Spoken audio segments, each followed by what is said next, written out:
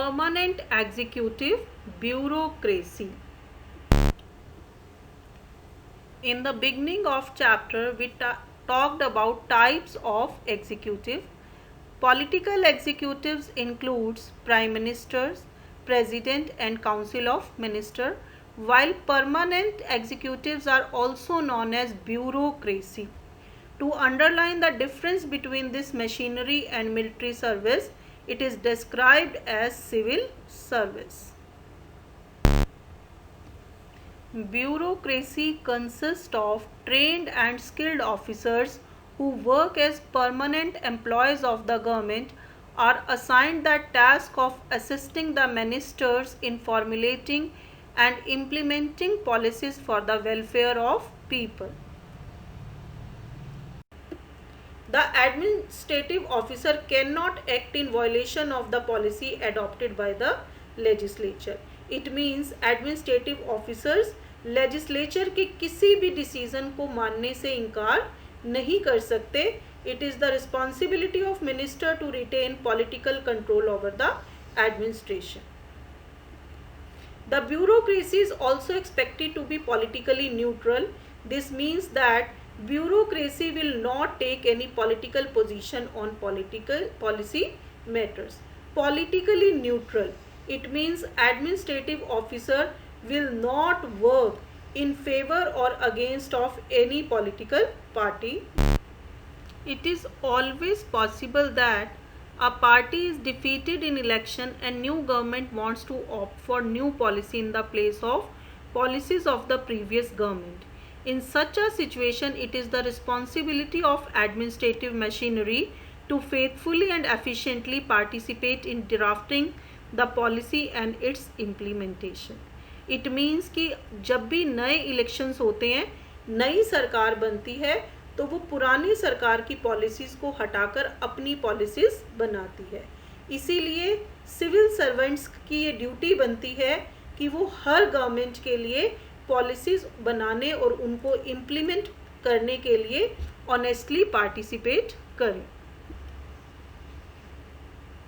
Bureaucracy consist of all India services, state services, employees of the local government, technical and managerial staff running public sector undertakings. Recruitment. Union Public Service Commission has been entrusted with the task of conducting the process of recruitment of the civil servants for Government of India. State Public Service Commission are provided for the states too. India के अंदर एक organisation Union Public Service Commission को ये काम दिया गया है कि वो इंडिया गवर्नमेंट के लिए सिविल सर्वेंट्स को रिक्रूट करे, और हर स्टेट्स के पास अपना स्टेट पब्लिक सर्विस कमीशन भी होता है. Term and removal. Members of Public Service Commission are appointed for a fixed term till the age of retirement. Their removal or suspension is subject to a thorough inquiry made by a judge of Supreme Court. एक बार चुने जाने के बाद IAS officer तब तक government के लिए काम करते हैं जब तक कि वो रिटायर नहीं हो जाते, और उनको हटाना भी इतना आसान नहीं है. यदि किसी सिविल सर्वेंट को हटाया जाना होता है तो उसके सस्पेंशन और रिमूवल के लिए एक हाई कमीशन इंक्वायरी होती है जिसे सुप्रीम कोर्ट के जज करते हैं. Selection. While efficiency and merits are the norm for recruitment, the Constitution also ensured that all sections of society, including the weaker section, have opportunity to be the part of public bureaucracy. For this purpose, Constitution has provided for the reservation of jobs for Dalit and Adivasi. Subsequently, reservation have also been provided for women and other backward classes. These provisions ensure that bureaucracy would be more representative and social inequalities will not come in the way of the recruitment of the civil service. Classification of civil services. All India services, IAS and IPS, central services, Indian foreign services, Indian revenue services, state services, sale tax officers.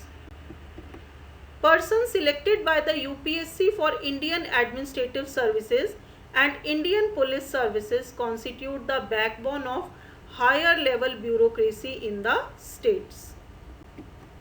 An IAS and IPS officer is assigned to a particular state where he or she work under the supervision of state government.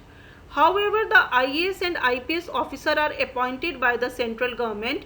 They can go back into the service of central government, and most importantly, only the central government can take disciplinary action against them. This means that the key administrative officer of the states are under the supervision and control of the central government. It means कि IAS और IPS officers को एक particular state में भेजा जाता है जहाँ पर वो स्टेट गवर्नमेंट की सुपरविजन में काम करते हैं, लेकिन IAS और IPS ऑफिसर्स को सेंट्रल गवर्नमेंट अपॉइंट करती है, इसलिए वो वापस सेंट्रल गवर्नमेंट में भी जा सकते हैं.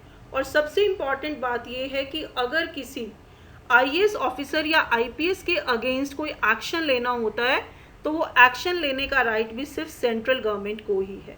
State government in IAS officers के अगेंस्ट कोई एक्शन नहीं ले सकती. इसलिए हम कह सकते हैं कि स्टेट गवर्नमेंट के जो इम्पॉर्टेंट एडमिनिस्ट्रेटिव ऑफिसर्स हैं वो सेंट्रल गवर्नमेंट के कंट्रोल और सुपरविजन में काम करते हैं. Bureaucracy strengthens the control of central government over the administration of state.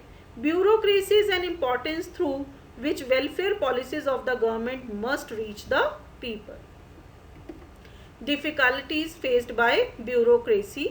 Too much political interference turned bureaucracy into an instrument in the hands of politicians.